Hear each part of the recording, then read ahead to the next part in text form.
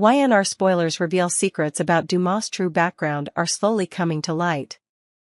The deep-seated conspiracy is about to explode. Phyllis has long been in the middle of the power struggles of the Newman and Abbott families, and now she is quietly playing a dangerous role, spying for Jack Abbott. With rare vigilance and insight, Phyllis discovers a disturbing truth that could bring Jack's entire world of power to its knees. Aristotle Dumas, a mysterious billionaire recluse with a dark past, has not only appeared out of nowhere but also has a deep vendetta against the Abbott and Newman families. Even more dangerous, Dumas may be the son of Tucker, a man who has caused Jack much pain. The story of Aristotle Dumas is more than just a random appearance in high society.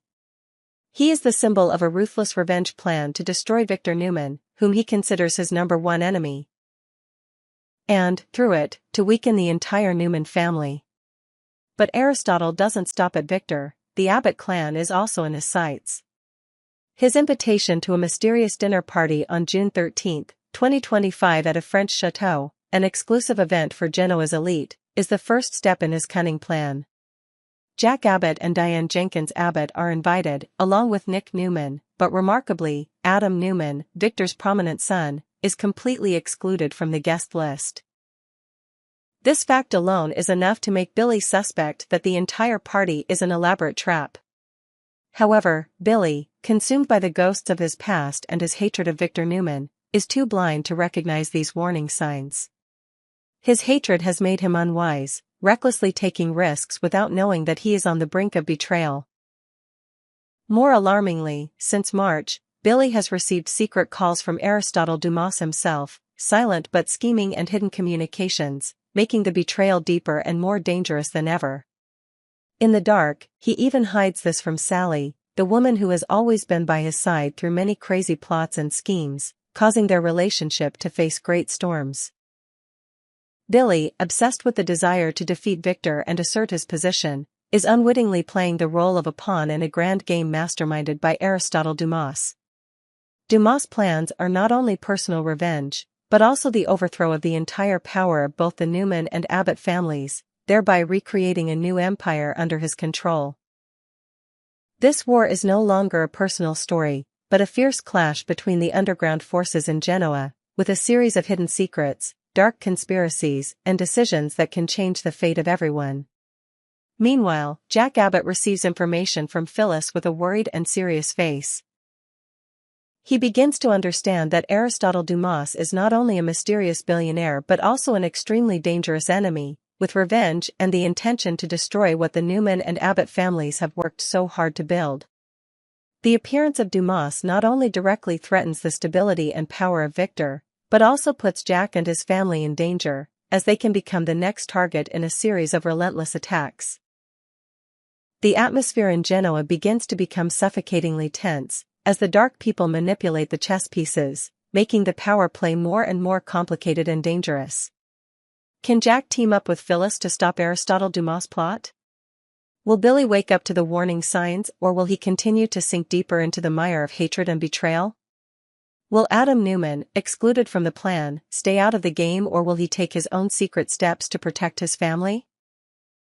The story in Genoa City is entering a dark and dramatic phase, where every event has a vital meaning and every decision can lead to unpredictable consequences.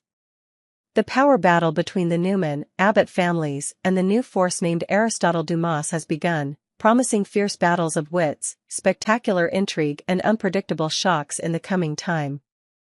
In this chaotic picture, can justice and honesty prevail, or will Genoa City sink deeper into the vortex of ambition and betrayal? The answer still lies in the hands of the characters, who are facing the greatest challenge of their lives. With intrigue and tension at its peak, Billy Abbott's story becomes more complicated than ever, as he is still in the sights of Aristotle Dumas, a mysterious figure hiding with a plan to destroy the Newman family. What Billy could not have expected was that the person behind all those plans was Tucker's son, a man who had caused pain and nightmares for the Abbott and Newman families for many years. Dumas' presence is like a double-edged sword, a danger that has not been revealed but has made all the relationships and plans of the characters become messy, complicated and unpredictable. Billy once had glorious days with a solid position in the industry, especially at Chancellor Industries, where he once played an important role. But everything collapsed because of a seemingly small mistake, the mustache, a seemingly meaningless detail but caused him to lose that huge business empire. That wound is still raw, and it is this that has made Billy obsessed with revenge against Victor Newman, whom he sees as his archenemy, a symbol of all the injustices and tragedies in his life. However, it is this stormy path of revenge that is turning Billy into a self-destructive person, causing him to gradually lose control and get lost in the game of power.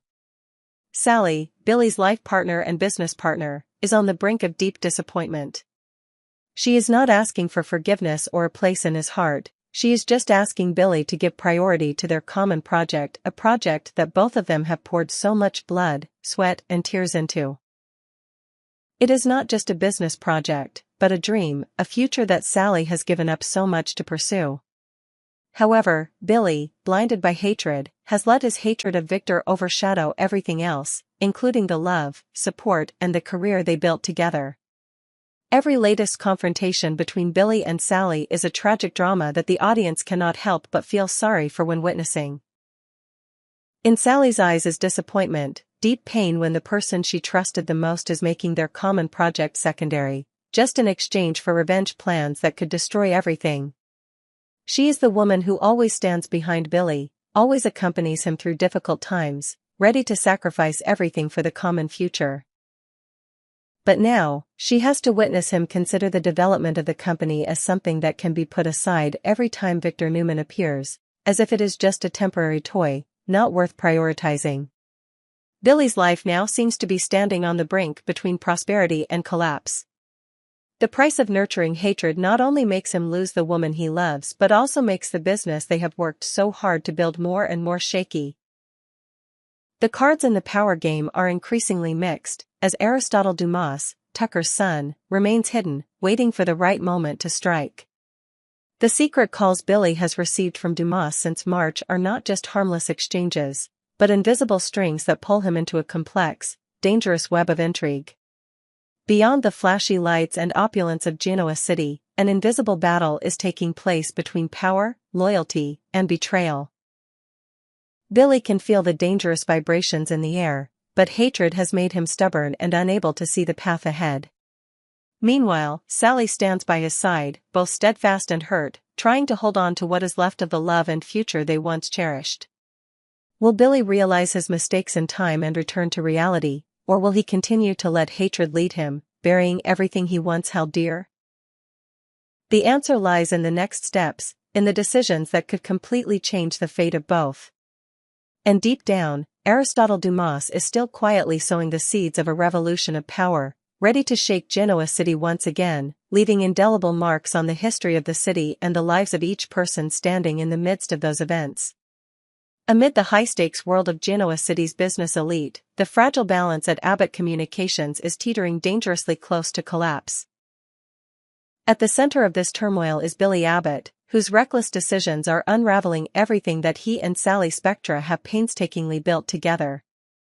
What makes this unraveling all the more heartbreaking is the deep investment Sally has made, not just financial, but emotionally and professionally, in the company. She didn't simply contribute money, she poured her entire future into Abbott Communications. This was the dream she fought for, the vision she sacrificed so much to realize.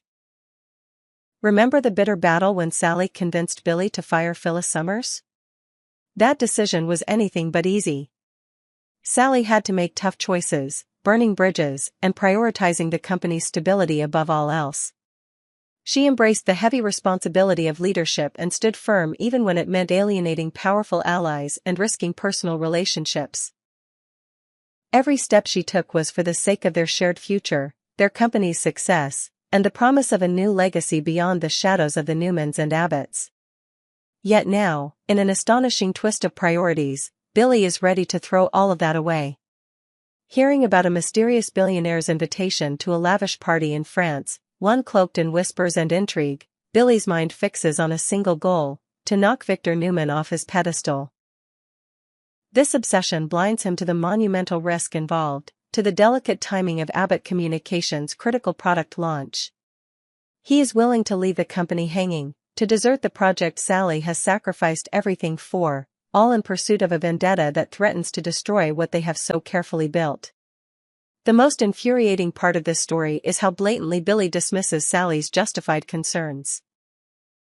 When she confronted him, questioning his readiness to abandon the company at such a crucial moment, Billy's reaction was not only defensive but audacious. He insists that the billionaire is more than a stranger, he has invited the entire Abbott family, and that he must attend. In Billy's eyes, he is not just going to a party, he is forging an alliance or preparing for a battle. His tunnel vision on Victor and his vendetta consumes his judgment, making him blind to the collateral damage. Tensions at Abbott Communications escalate rapidly, reaching a breaking point no one thought possible. It's no longer just a business issue or the stress of an important product launch, it has morphed into a crisis of leadership and trust. Billy's decision to postpone their much-anticipated launch by an entire month is a devastating blow, especially to Sally, whose sacrifices and hard work have been the backbone of this venture. To her, this is not just a delay, it is a betrayal. The tragedy unfolding is not just about a business setback, it is about a man choosing revenge over the woman who has stood by his side through every storm. Sally, who has invested her heart and soul, now faces the harsh reality of Billy's priorities. While she fights to keep their dream alive, Billy's vendetta against Victor Newman threatens to shatter their partnership and their future. In this crucible of ambition, love, and betrayal, the stakes have never been higher. The choices Billy makes now will not only determine the fate of Abbott Communications but will also reveal the true cost of revenge when it eclipses loyalty and love. As Genoa City watches closely, the question remains, can Billy see beyond his vendetta to salvage what matters most, or will his obsession lead to the ruin of everything Sally and did he ever dream of? A new force stirs the undercurrents of power and intrigue, Aristotle Dumas. Far more than a mere name whispered behind closed doors, this enigmatic figure emerges as both a temptation and a looming threat. His true intentions remain shrouded in mystery, yet his influence is undeniable, pulling the city's most influential and capable figures toward an unprecedented convergence far from their familiar turf, the historic city of Nice, France. On the ominous date of June 13, a clandestine gathering is set to unfold, one that promises to alter the landscape of power in Genoa City forever. The selection of Friday the 13th for this enigmatic assembly is no accident. Across centuries and cultures, the date has been steeped in superstition and foreboding. From the haunting echoes of the Last Supper, where Judas's betrayal set the stage for tragedy, to the chilling arrests of the Knights Templar in the early 1300s, this day carries with it a legacy of misfortune and upheaval. Aristotle's choice of this day for his gathering invites whispers and speculation, hinting that the event is far more than a simple social affair, it is a deliberate invocation of chaos and destiny. Within the layered storytelling of The Young and the Restless, Aristotle Dumas's intentions unfold like a slowly tightening noose. His invitation acts as a siren's call, drawing Genoa's brightest and most powerful away from their homes and businesses, into a web woven with secrets and unspoken stakes. Yet, the true target of Aristotle's plans remains veiled. Is it a direct assault on the Newman Empire, a strike at the heart of Abbott Communications, or a broader upheaval aimed at reshaping Genoa City's balance of power? This ambiguity only deepens the suspense, as characters and viewers alike grapple with the unknown dangers lurking beneath the surface. This new chapter sets the stage for a high-stakes game of strategy and survival. The looming gathering in Nice is not merely a backdrop for social maneuvering but a crucible where alliances will be forged, betrayals revealed, and destinies irrevocably altered. The ripple effects of Aristotle Dumas's plans threaten to unsettle not only the business empires but the very foundations of trust and loyalty within Genoa City's tight-knit, yet treacherous elite. As the clock counts down to June 13, every character faces a pivotal choice: to heed the call and step into the storm that Aristotle has crafted, or to brace for the fallout that will inevitably reach their doorsteps. In a world where power is both prize and poison, the line between survival and destruction is perilously thin, and the arrival of Aristotle Dumas signals that Genoa City's most dangerous game is about to begin. A new chapter begins to unfold, one marked by intrigue, hidden loyalties, and a game of will set against a backdrop of high stakes and secret agendas. Damian Kane, a man rebuilding his life after the loss of his adoptive father, finds himself unexpectedly thrust into the orbit of one of the city's most enigmatic and formidable figures, Aristotle Dumas. Though Damian has never met Aristotle face to face, the businessman's far-reaching influence, stretching all the way from Los Angeles to the heart of Genoa City, establishes him as a towering presence, a kingpin whose shadow looms over every move made in this complex web of power. Damian's alliance with Aristotle is not born from familiarity but forged by circumstance and ambition. In the wake of his personal loss, Damian's connection to Aristotle marks a turning point, offering him new purpose and positioning him as a key player in the unfolding drama. His emergence signals a deeper intertwining of outside forces with the internal conflicts and rivalries that define Genoa City's elite circles. Complicating the delicate balance of power is the unexpected return of Amanda Sinclair, a figure whose past alliances and fierce intellect have long influenced the city's legal and social battlegrounds. Now revealed as Aristotle's chosen attorney, Amanda carries the weighty task of pacifying the Winters family, a mission rife with complexity given the tangled history and fierce pride of those she must negotiate with. Despite her expertise and dedication, her efforts falter, underscoring the volatile nature of the alliances and the unyielding undercurrents of mistrust that permeate the city's elite. The interplay of these characters unfolds within a meticulously crafted game of chess, where every move is calculated and every message is layered with hidden meaning. Aristotle Dumas, the enigmatic strategist, elevates this contest by choosing Friday the 13th, a date steeped in superstition and ominous symbolism, to make his maneuvers known. This deliberate choice echoes the mystique of the Wizard of Oz, a figure who commands unseen powers and manipulates perception to conceal true intent. Aristotle's persona is that of a master illusionist, weaving a narrative that captivates and confounds, leaving opponents guessing his next move. Within this high-stakes environment, the stakes extend far beyond business or personal vendettas. They touch on legacy, control, and the very soul of Genoa City's future. Damian's ascent under Aristotle's shadow, Amanda's fraught negotiations, and the strategic timing of their moves coalesce into a narrative rich with tension, mystery, and the promise of upheaval.